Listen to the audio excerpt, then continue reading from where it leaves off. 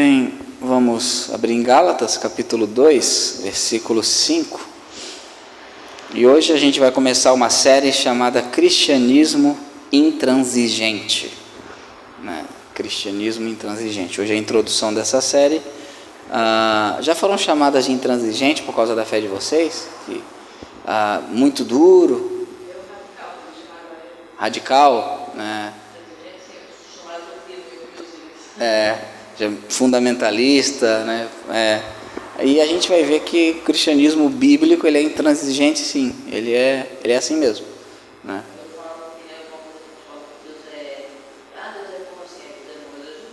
Sim.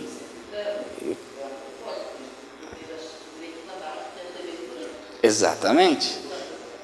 O mundo quer um cristianismo mais transigente com a opinião deles. A gente vai ver que na Bíblia não é assim. Ali em Gálatas 2,5 diz o seguinte, vou ler o verso 3 ao 5. Mas nem ainda Tito, que estava comigo, sendo grego, foi constrangido a circuncidar-se. E isto por causa dos falsos irmãos, que se intrometeram e secretamente entraram a espiar a nossa liberdade que temos em Cristo Jesus, para nos pôr em servidão, aos quais nem ainda por uma hora cedemos com sujeição, para que a verdade do Evangelho permanecesse entre vós. Aqui Paulo está dizendo o seguinte, olha, quando Tito foi conosco lá para Jerusalém, nós não circuncidamos Tito. Tito era gentil. Nós não fizemos essa pequena concessão. Ali em Atos 16:3, vamos abrir.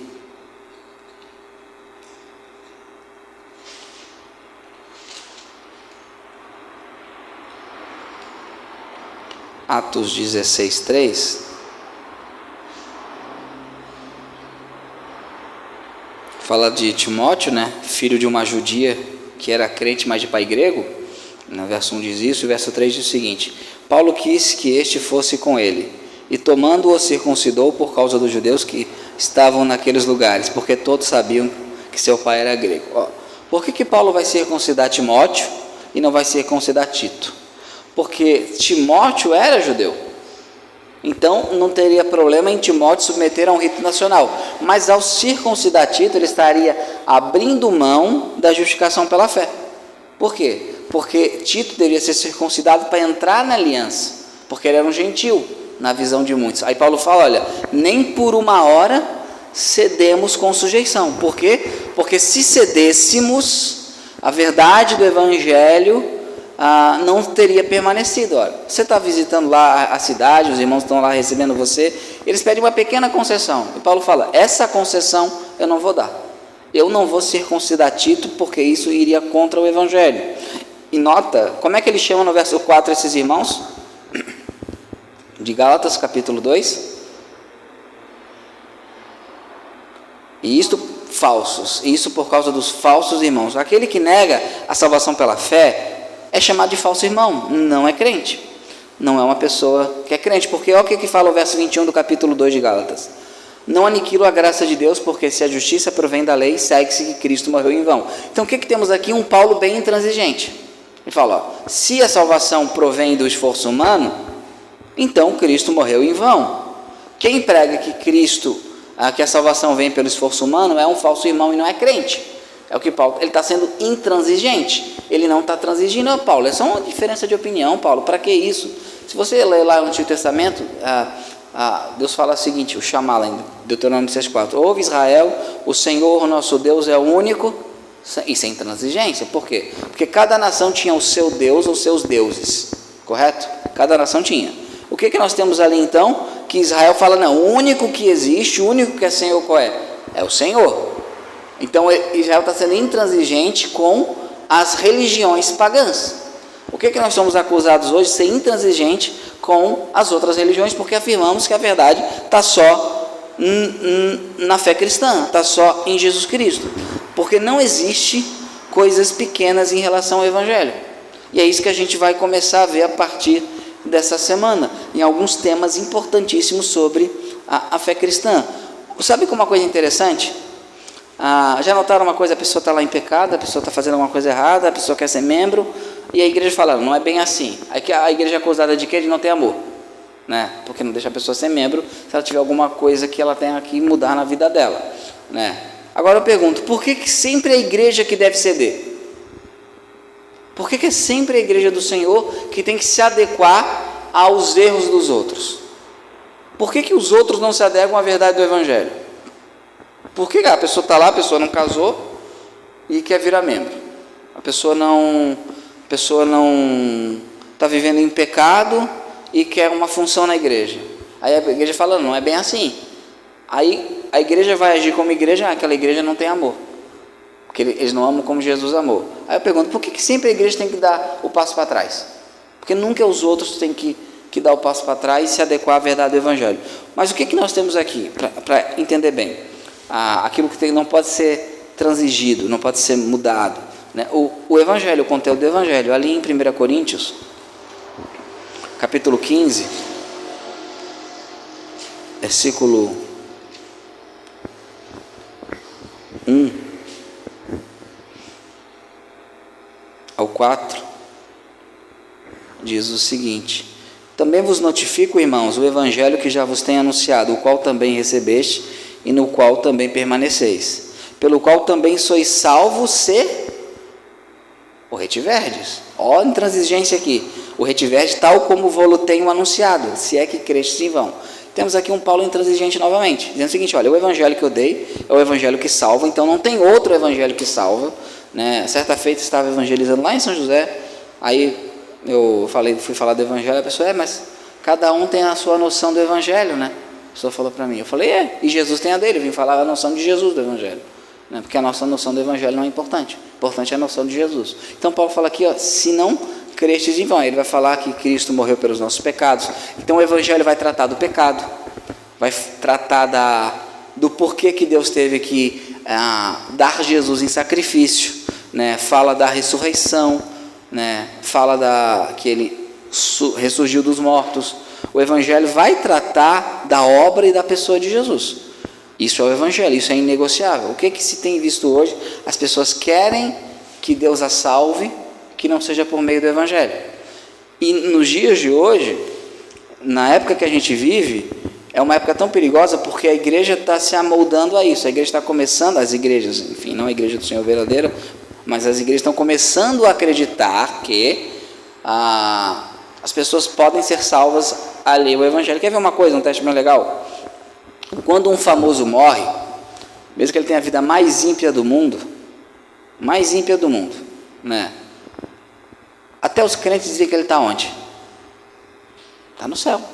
Mas por quê? Porque a gente não sabe o último momento. Parece que todo mundo vira crente no último momento. A pessoa vive como um ímpio, pensa como um ímpio, canta como um ímpio, fala como um ímpio, e no último momento vira o Billy Graham. Claro que Deus pode converter pessoas no último momento, só que a questão é, todo mundo então que morre no último momento vira crente? Então o que a gente tem visto? Um desejo que o Evangelho não seja tão rígido em relação à salvação. Jesus falou, eu sou o caminho, a verdade e a vida, ninguém vê o Pai senão por mim, né? Ali em 1 Timóteo 1,15,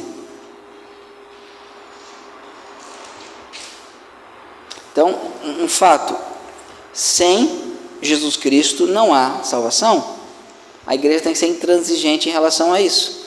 Então o pastor está dizendo que todas as religiões do mundo estão erradas? Sim, a inferência é lógica, porque se Cristo é a verdade, as outras são mentira, não há como as duas serem verdades, não há como existir reencarnação e ressurreição ao mesmo tempo, ou é uma ou é outra, ou você expia seus pecados em sucessivas vidas reencarnadas, ou você expia seus pecados mediante o sacrifício de Cristo. Não pode ser as duas coisas, não tem como ser as duas coisas. Ou Jesus Cristo é Deus, ou ele é um espírito evoluído, ou Jesus Cristo ele é o Deus que foi crucificado e ressuscitou no terceiro dia, ou ele é um profeta enviado por Allah. Não pode ser as duas coisas, não tem como ser as duas coisas, ou ele é um, ou ele é outro. Ali em 1 Timóteo 1,15 diz o seguinte: esta é uma palavra fiel e digna de toda aceitação, que Cristo Jesus veio ao mundo para salvar os pecadores, dos quais eu sou o principal. Aqui é a missão de Jesus, salvar pecadores, porque há pessoas que estão perdidas. Isso aqui é inegociável. Enquanto a igreja não entender que as pessoas sem Cristo estão perdidas, a gente vai deixar com que água rota entre nas nossas cisternas. A gente vai deixar que as coisas sejam contaminadas. Imagina uma represa. Basta um buraquinho para fazer a represa ser destruída mais à frente. Não é aquele buraquinho que vai jogar toda a água da represa, mas aquele buraquinho vai fazer que existam outras infiltrações. Não é por isso que a gente tem que ser intransigente. E é interessante que se fala, não, mas isso aí tudo que você crê, né, essas doutrinas da igreja, elas são uma construção dos séculos. Não é verdade. Ali em Judas 1:3, vamos abrir. Judas 1:3.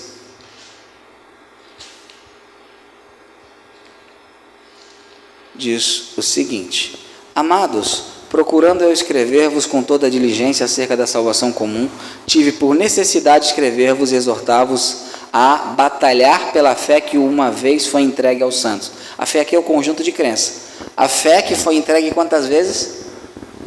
Uma vez. Essa carta é do ano 60 depois de Cristo. No ano 60 não tinha nem todo o Novo Testamento pronto, já se tinha a ideia que tinha um conjunto de crenças a qual a igreja deveria crer, que foi entregue de uma única vez aos santos. E essa fé não poderia ser modificada. Paulo fala que se alguém pregar no outro evangelho, seja anátema. Então a acusação que a igreja é intransigente, ela é verdadeira. A igreja é intransigente, ela tem que ser intransigente. A gente tem que ser intransigente. Por quê? Porque senão, no futuro, o que a gente vai observar? A gente vai observar que o que uma geração tolera, a outra aceita. E a outra faz propaganda. É sempre assim. A primeira geração, ela tolera o erro. A segunda geração vai aceitar o erro. A terceira geração vai normatizar o erro. Né? É isso que vai ocorrer com qualquer geração. E com a igreja do Senhor. Ali em 2 João 2,9, vamos abrir. Então, a ideia é que nós somos acusados, especialmente, eu sei que a nossa igreja é uma igreja chamada de conservadora, e ela é conservadora. Aqui nós somos muito rígidos, né?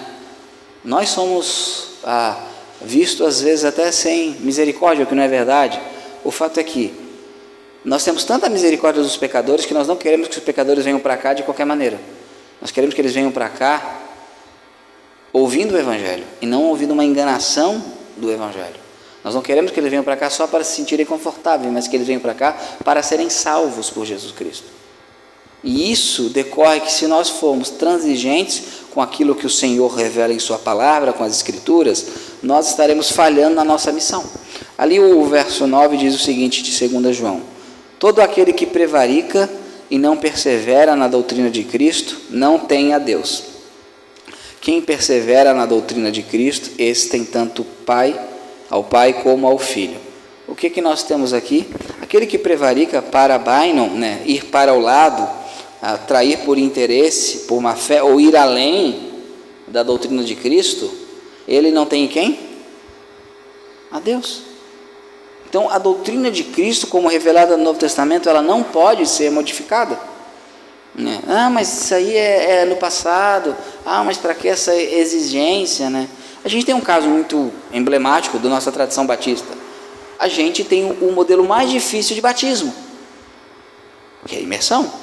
Mas Jesus mandou imergir. O que a gente vai fazer? Vai mudar o que ele mandou? Se a gente não obedece na coisa mínima, imagina as coisas máximas. Né? Então, o que a gente observa? Que a doutrina de Cristo não pode ser modificada, não pode ser mudada, não pode ser anulada. O mundo tem acusado os crentes bíblicos de serem intransigentes. E muitos crentes, querendo ficar bem com o mundo, têm concordado com isso. Realmente a igreja tem que ter diálogo, né? A igreja tem que ter diálogo. Mas diálogo com o quê? Eu nunca vi Jesus mandando a gente dialogar. Jesus manda a gente pregar o Evangelho, né? Não há diálogo com aquilo que é revelado, né? Se você está na sua empresa, o chefe dá uma ordem, você vai dialogar com o seu colega sobre a ordem do chefe, ou você vai dizer, o chefe mandou fazer isso? Mas na fé cristã parece que a gente tem que dialogar com o mundo em trevas, com o mundo caído, para que ele possa ter como tolerável aquilo que a gente crê. Mas quando a gente olha nas Escrituras, Paulo, ele não cedeu nem por uma hora, nem por um momento. Paulo, nem por um segundo, Paulo falou, não, eu vou circuncidar o Tito, porque eu não quero problema. Né? Eu não quero problema, então eu vou circuncidar o Tito. Se ele deixasse circuncidar o Tito, sabe o que aconteceria? Outros seriam circuncidados. E a salvação, a mensagem de salvação pela fé, estaria perdida. né, estaria perdida. Sabem como é que surge, ou possivelmente surge, o batismo infantil? Começou assim. Está na Didaquê isso, né? É uma possibilidade. A Didaquê é um livro muito bom, eu gosto muito, é um livro do ano 90, ano 100. Mas lá fala o seguinte, olha, se não houver água corrente, isto é, água suficiente, você pode jogar água 3 vezes na cabeça do candidato, para que ele então seja batizado. Ainda assim é o batismo de crente, de adulto, porque eles tinham que jejuar antes. Por que eles faziam isso? É o chamado batismo clínico, né? A pessoa tinha que ser batizada, por quê? Porque começou-se a crer que isso salvava. Aí fizeram uma pequena brecha por misericórdia. Não, poxa, mas o cara, se não dá para batizar, não batiza, simples, não salva. O ladrão da cruz foi batizado?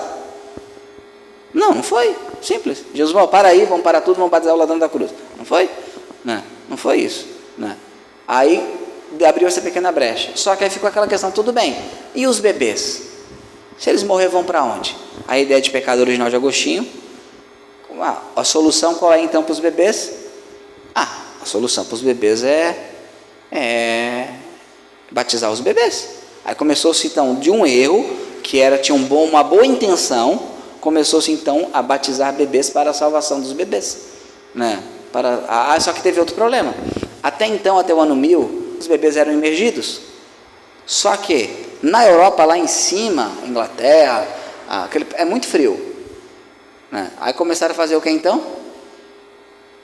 Jogar um pouquinho de água, tadinho dos bebezinhos. Então a gente vê que o erro não começou com uma ideia maléfica, ele começou com uma transigência. Eu vou transigir o mandamento para que isso ocorra. Um outro ponto interessante, né? É prática comum das igrejas evangélicas levar a ceia aos doentes em casa. Prática comum, muito comum. Nós não fazemos isso. Porque somos malvados? Não, porque a gente sabe o que Jesus falou da ceia, que a ceia tem que ser feita no ajuntamento da igreja. E quando fala para visitar doente, lá é para orar pelo doente, não fala de levar a ceia, lá em Tiago, capítulo 5. Mas como é que começou isso? Sempre teve doente na igreja, né? Sempre teve. Alguns irmãos, algumas irmãs não podiam ir até as reuniões. Os presbíteros, com dó dessas pessoas, fizeram o quê?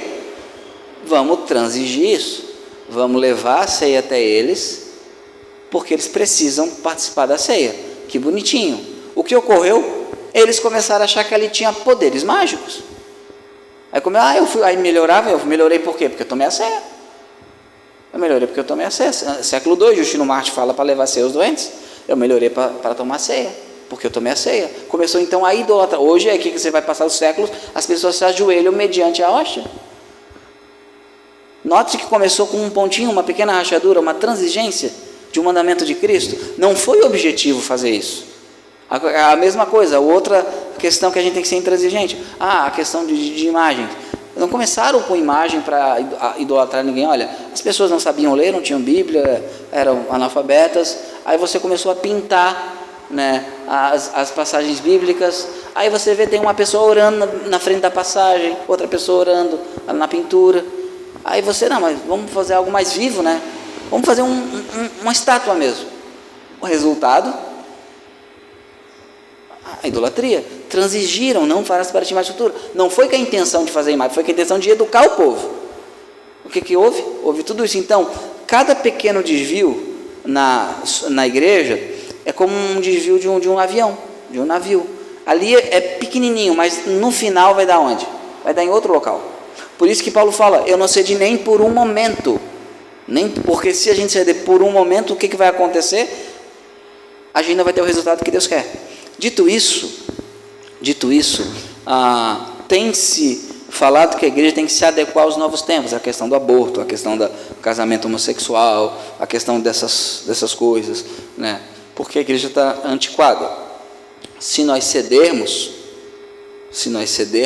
um pouquinho, sabe o que vai acontecer? Seremos absolutamente invadidos, né? Quando você abre uma abertura no portão numa guerra, o que acontece? O exército todo passa. Vamos abrir ali em Daniel 7:25. Por isso que o início da série é cristianismo intransigente. Devemos ser intransigentes.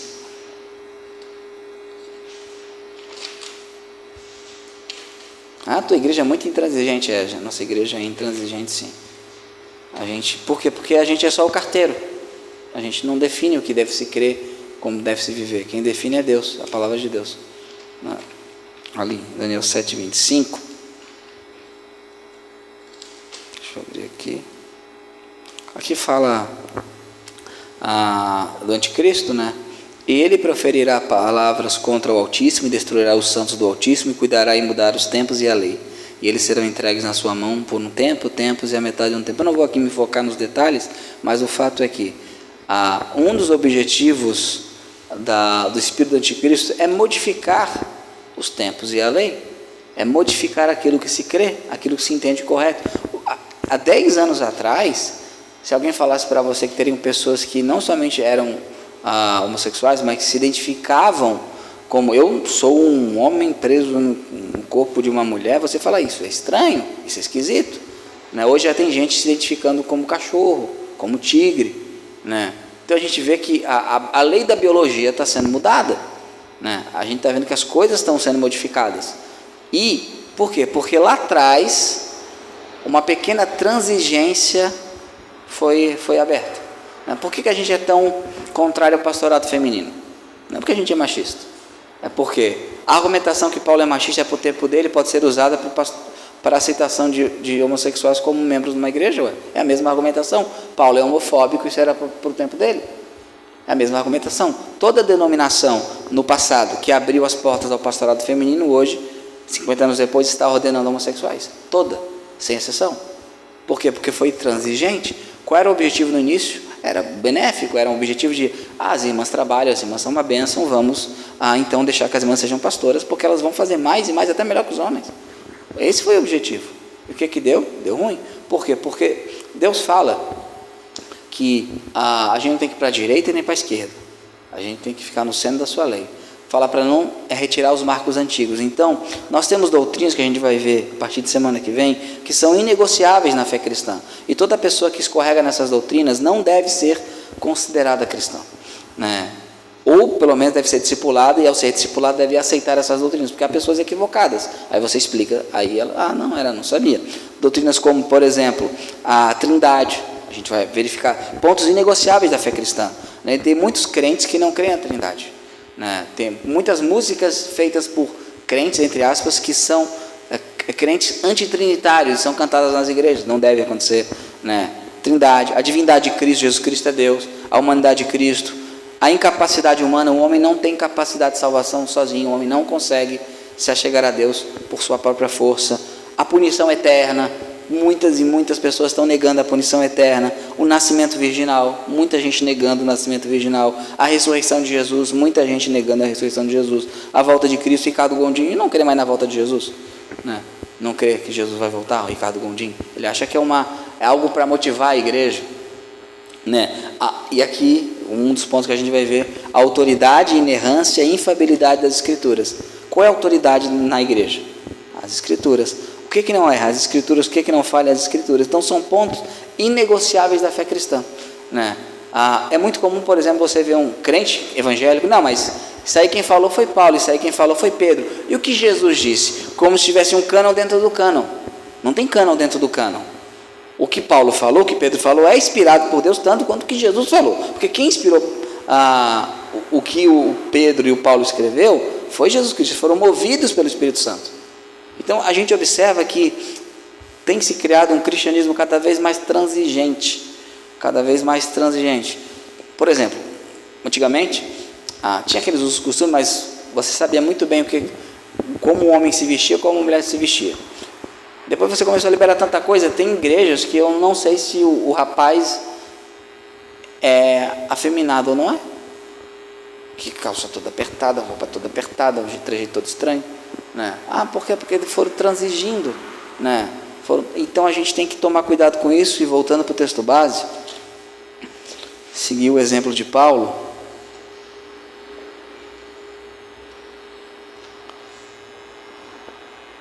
Ele diz o seguinte no verso 5 do capítulo 2: aos quais nem ainda por uma hora cedemos com sujeição, para que a verdade do Evangelho permanecesse entre vós. Se nós nos sujeitarmos aos modernismos, nem que seja por uma hora, o que vai se perder é caro demais, que é a verdade do Evangelho. E para encerrar, o versículo 6 do capítulo 1 de Gálatas, Paulo diz o seguinte: maravilho-me de que tão depressa passasseis daquele que vos chamou a graça de Cristo para outro evangelho, o qual não é outro, mas há alguns que vos inquietam e querem transtornar o evangelho de Cristo. Mas ainda que nós mesmos, ou um anjo do céu vos anuncie outro evangelho, ainda que já vos tenha anunciado, seja anátema. Então, mesmo se eu, Paulo, falar para vocês outro evangelho que esse está sendo pregado, que eu seja separado para a maldição. Então não há outro evangelho, ninguém tem autoridade para mudar o evangelho, ninguém pode mudar o evangelho, amém? Alguma dúvida? Não, vocês são intransigentes, né? Não. São fundamentalistas, radical, né? Radical.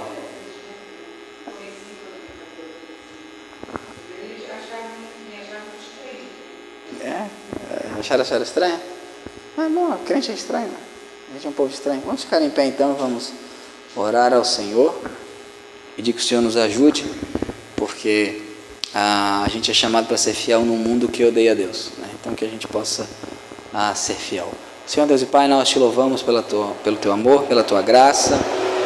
Que o Senhor nos abençoe, Senhor, que as próximas mensagens, Deus, nós podemos continuar a trabalhar, Deus, sobre esse tema, os principais temas da fé cristã, Senhor, sabendo, Senhor, que são inegociáveis a nossa fé, Pai, que a nossa fé não está à venda e não é negociável aquilo que foi revelado nas Escrituras. Que o Senhor possa abençoar o teu povo, a tua igreja, Deus, todo mundo que aqui se reúne, e que sejamos cada dia mais crentes amorosos, crentes que amam o Senhor, primeiramente o Senhor e depois o próximo, e que amam a tua palavra, Senhor, em nome de Jesus, amém.